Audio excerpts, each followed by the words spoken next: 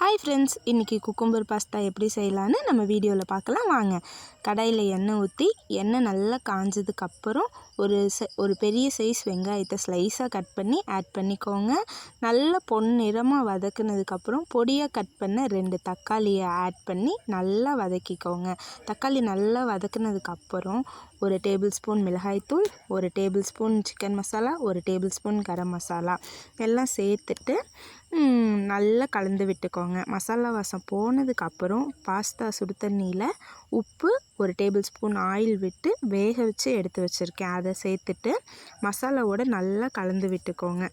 பொடியாக நறுக்கின வெள்ளரிக்காயை சேர்த்துட்டு நல்லா வதக்கிட்டு மசாலாவோடு நல்லா கலந்ததுக்கப்புறம் தேவையான அளவு உப்பு போட்டுட்டு 5 நிமிஷம் வேக வச்சுக்கோங்க.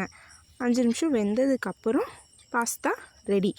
இதை நீங்களும் உங்கள் வீட்டில் ட்ரை பண்ணுங்கள்.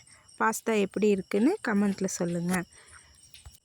கவி ஃப்ரெஷ் ஃபுட் அண்ட் ஃபார்ம் சேனலை லைக் பண்ணுங்கள், ஷேர் பண்ணுங்கள், சப்ஸ்கிரைப் பண்ணுங்கள், பக்கத்தில் இருக்க பெல் ஐக்கானை கிளிக் பண்ணுங்கள். நாளைக்கு வேறு ஒரு வீடியோவோட சந்திக்கிறேன்.